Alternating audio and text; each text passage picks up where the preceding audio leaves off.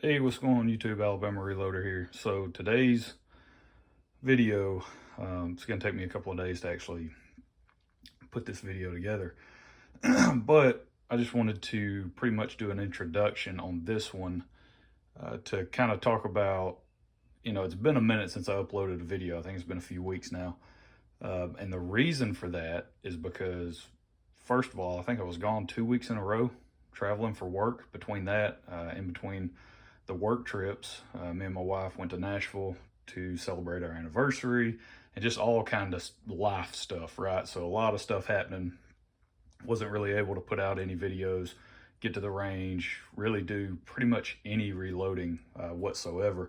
And then came back from that, from those three trips, a couple of work trips and the anniversary trip, and went straight into Bible camp at church. It was a weekend camp.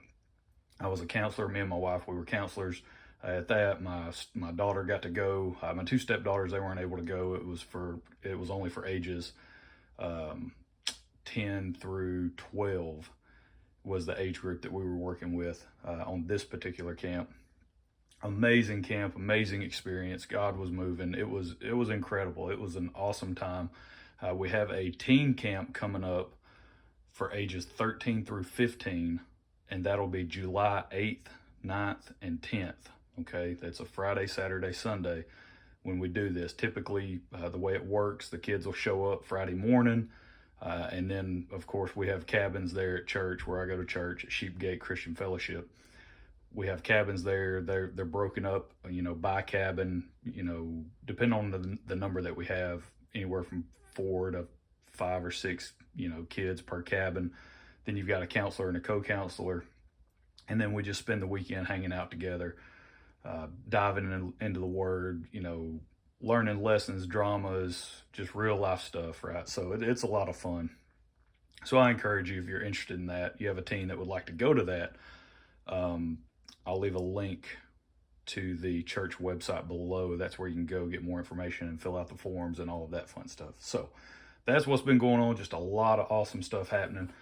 But I wanted to do an intro on this video to kind of cover that, and then also the topic of today's video. But before we get to that, also there's another big event coming up in August right now. It's the Friends of the NRA benefit that I'm actually a committee member now for Friends of the NRA. I'm on the planning committee for that. And really what that means is I get to help put the thing on, right? So I'll be there. It's coming up in August. I'll have a whole lot more information as we kind of develop what all's going to be going on at the event. Pretty much it's a huge fundraising event. And you hear Friends of the NRA, so you automatically assume it's going to the NRA. Well, what it is, over half of the money raised will actually come right back into the state of Alabama for youth shooting sports, 4-H type activities, anything like that, where we can get youth involved in shooting sports, get them outdoors, involved in, any type of shooting activity, you name it, right? Or if there's a range like a 4-H group or something, or whatever, a range needs to be upgraded and modifications need to be made and improved, that the money goes right back into the state. So it's a really cool event, and I would encourage everyone to come out and support us in that. I'll of course have a whole lot more information as things go along and provide dates and times and where the event is and all that. So looking forward to that. But one thing I wanted to ask before we kick off the video, I'll probably cut in some range footage. It won't be a long range footage portion. I don't even know if people like watching that kind of stuff. It's pretty boring to me, if you ask me. But really what we're gonna shoot in today's video, or in this video, we've got some 6.5 Creedmoor stuff. I'm actually gonna shoot in my Kimber 84M Hunter. I've got some Creedmoor stuff loaded up from my dad's Henry Long Ranger, so you'll actually see some results of that. And then also some 30-06 stuff. I think I might have some 30-06 loaded up by the time I go shoot all this. And then also some 6 ARC, right? I got in these guys, these 88 grain these Varmint bullets, flat base Varmint bullets. And so I'm going to load those up. Really looking forward to seeing how those do in the 6 arc. So that's kind of just to set the expectation of what you guys are going to see results wise. And then I do have a question, if you don't mind. Leave a comment below on what you think I should do about this 280 Remington brass situation I got going on.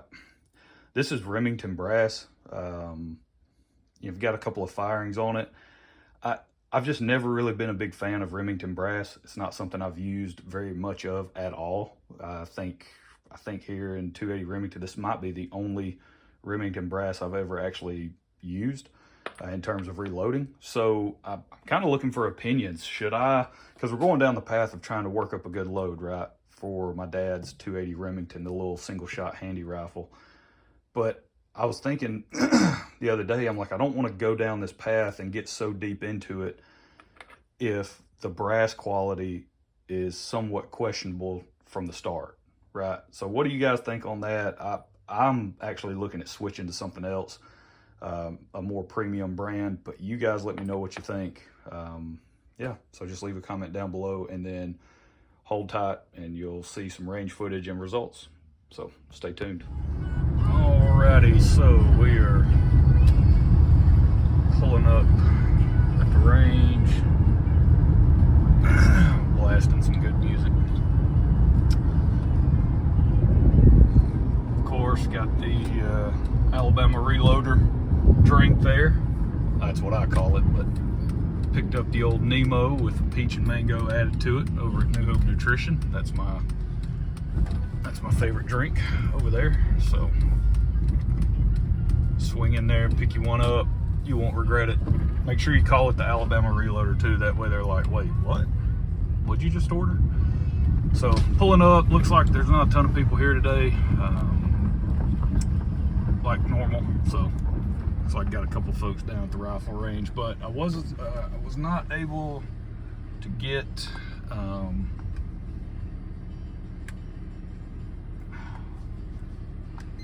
there we go. I was not able to get any 30-06 loaded up for the M1917. So today is just 6 arc and a couple of different loads for 6.5 Creedmoor. One load for my Kimber 84M Hunter, and the other one is for my dad's Henry Long Ranger. So let me get pulled down here. Back in, looks like you got some folks just doing mag dumps at the 100. Yeah. Okay. All right. Let me back in and get situated, and I'll set up the. If he's just going to be here doing mag dumps all the time, probably won't get any range footage. But if not, I'll set it up. So, all right, y'all stay tuned. All right, guys. So, dude doing mag dumps just left. So I just set up the camera. I've already put 3 shots down range. There's like almost 0 wind today, which if you watch some of my previous range footage videos, you'll know that the wind blows pretty consistent over here, or at least it has in the past when I've shot some range footage. But today it's hot. It's about 90, it's in the 90s, almost 0 wind. So mirage is insanely terrible right now. But I'm gonna try to take a little bit longer in between shots. I'm gonna swap out. I've got 2 more shots with the 6 arc, and then I'm gonna swap over to probably my Kimber, either the Kimber or the probably the Long Ranger. So yeah. Oh.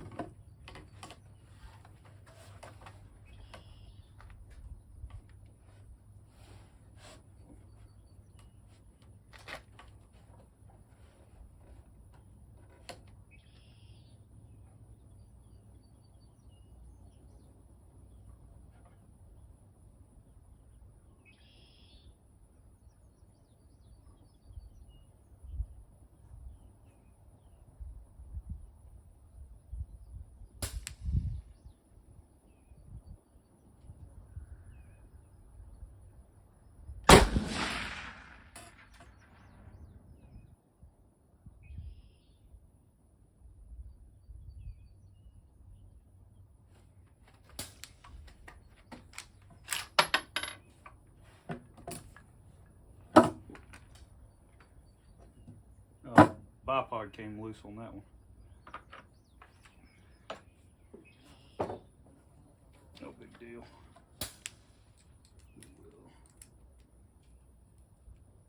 We'll switch over to shooting off bags so we ain't got to fool with it.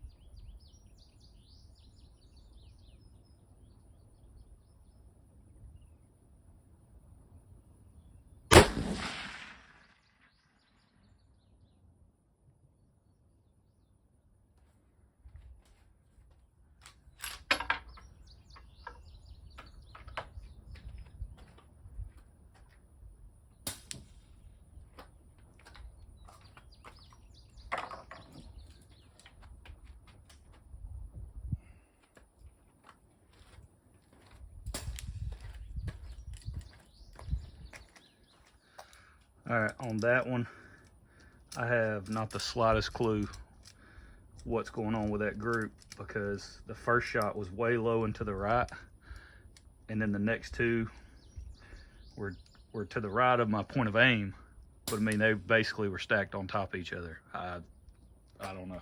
We'll have to see. That's just the first 3-shot group of the day. I loaded up 5 3-shot groups. That's with the Spear 140 grain gold dot and H4350. So we'll see. We'll see what the next few groups look like.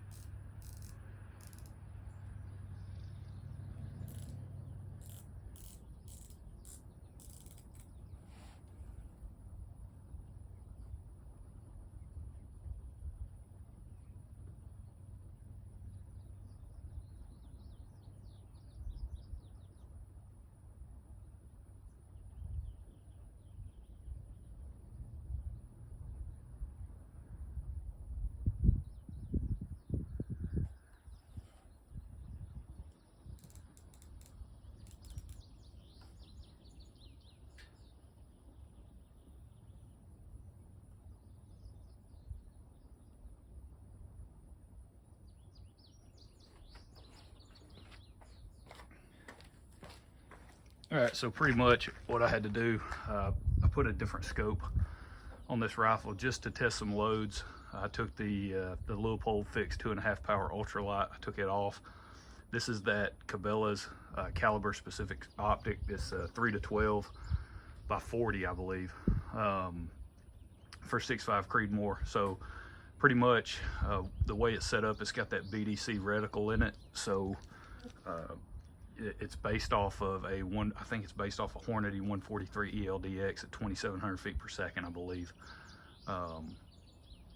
And then you just zero it, I think at 100, and then it tells you, it's got it in the booklet, it tells you what the drops are after that. I gotta go back and look at that, but I just wanted to check it out because it was on sale at Cabela's for 50 bucks. So that's why it's on the rifle. I can already tell you, not the biggest fan of the crosshairs because they're super thick.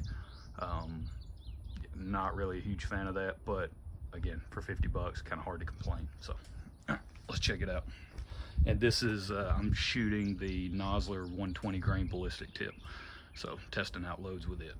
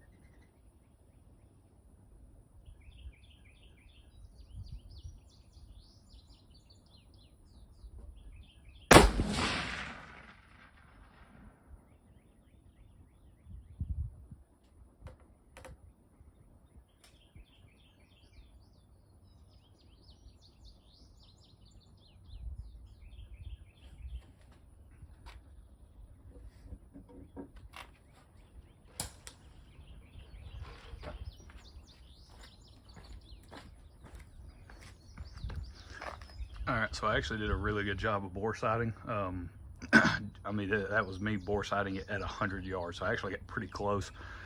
But I basically hit almost where the 6-arc group is, and I only loaded up 3-shot groups with this, so I don't want to make a scope adjustment just yet. I'll make one after I shoot this 3-shot group. So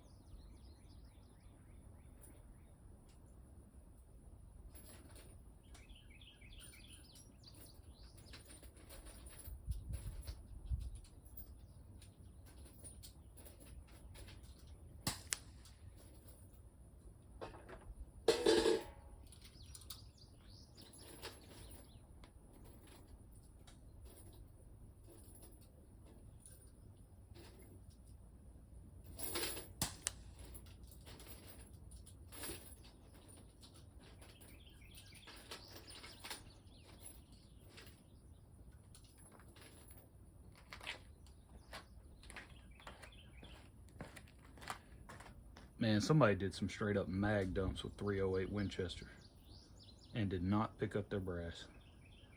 That's a shame.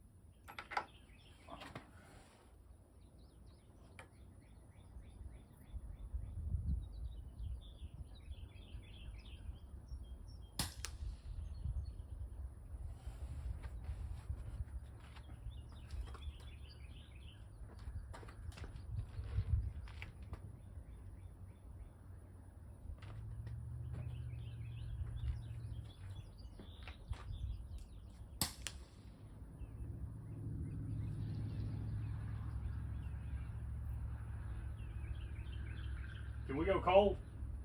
If you don't mind, thank you. All right, let's see if I can get you guys off here without messing up the video. Sweet. Okay, so yeah, this is that scope. Very basic, 3 to 12 by 40. I've got to make a scope adjustment. We'll walk down. I'll show you what we're talking about here.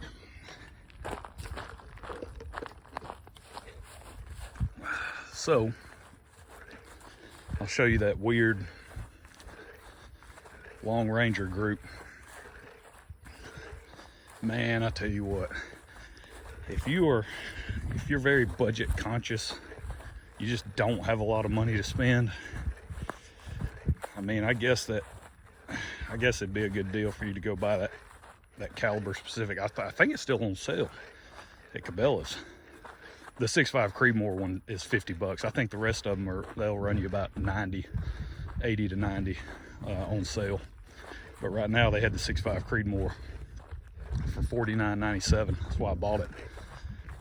But I'll tell you what, there is a massive difference in glass quality between that and something like the Vortex, that Hog Hunter that I've got on the Long Ranger. Huge difference. Okay, so look at this Long Ranger group though. Look at that. So that was my point of aim. But look at that. That was my first shot. And then the next two are right there. Weird. So I don't know what the deal is with that. I'll get back. I'll shoot the rest. I'm not going to film any more range footage. I just need to get this stuff shot and get out of here. But look at this. These 5 are the 6 arc. Look at that 6.5 group. That 3-shot group right there. That's with the 120 grain Nosler ballistic tip. That was my point of aim. So not bad for a bore sight job. You know, that's not far at all. So my point of aim. First one hit right there. Put the next 2 right there. $50 scope.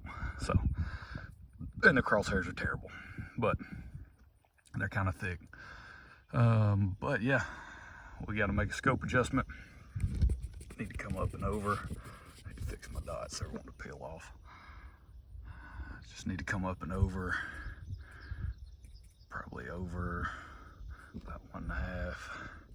I'd say up 2. Okay. All right. That's it. That's where I'm going to leave you guys. I am burning up. It's hot out here. I'm just going to try to take my time in between these shots. I don't want this to turn into an hour-long video because of the wait time. So I'll just see y'all back at the house where we're going to go over the results. So y'all stay tuned. All right, guys and gals, we're back.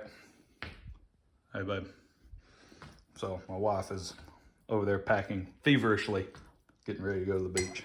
But we're going to talk about the results from today's range trip. We're not going to really touch on this stuff up here. This is going to be a separate video. The results portion of today's video is going to be focused on the 6 arc and the loads that we just got done testing. So I wanted to try out the Berger 88 grain flat base. If you go and look these up, these are the ones with the coyote on the box. It is a Varmint bullet. That's the whole purpose. Flat base. And so I wanted to give those a try. They're in that sweet spot, as far as I think, at least, in the grain weight for a hunting application. Even though it's a Varmint bullet, it might work well on whitetail deer since they're so thin-skinned. And today's snack of choice is dark chocolate oven roasted almonds. If you've never tried these, I promise you they'll change your life. Won't they, babe? Yep. There you go. Wife approved. So 88 grain flat base.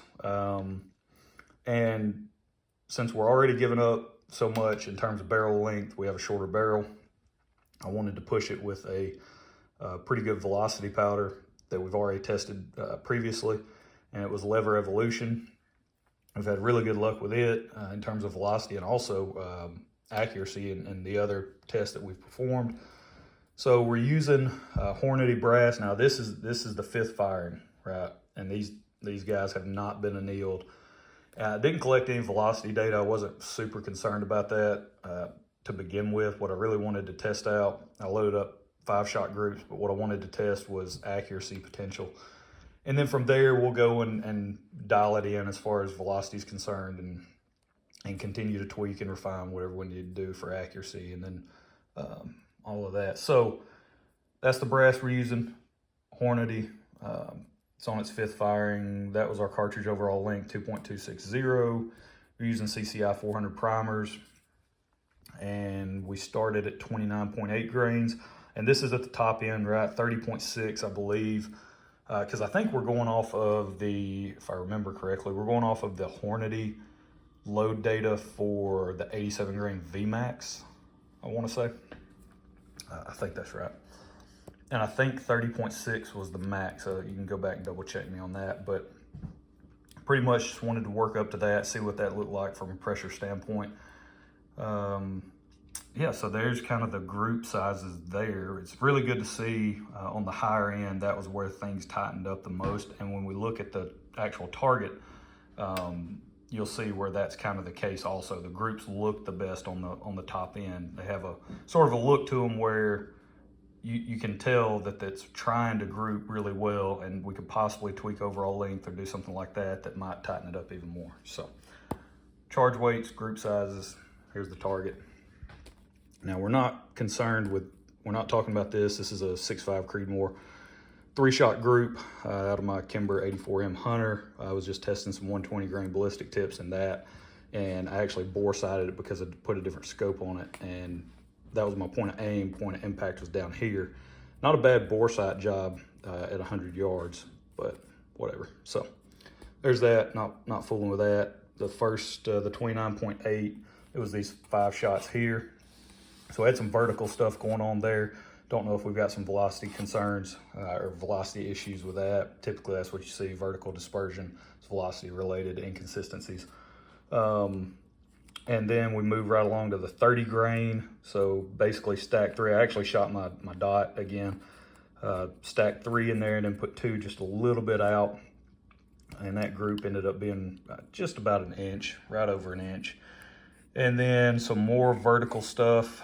We had 2 and 2, and then the 5th shot went a little bit high. Again, just over an inch. We are ever so slightly tightening up, right? And then we get to the fourth group, which was 30.4 grains.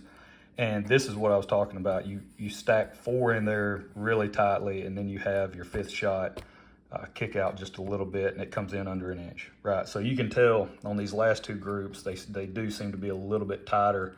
They don't have that vertical, dispersion that we saw down here.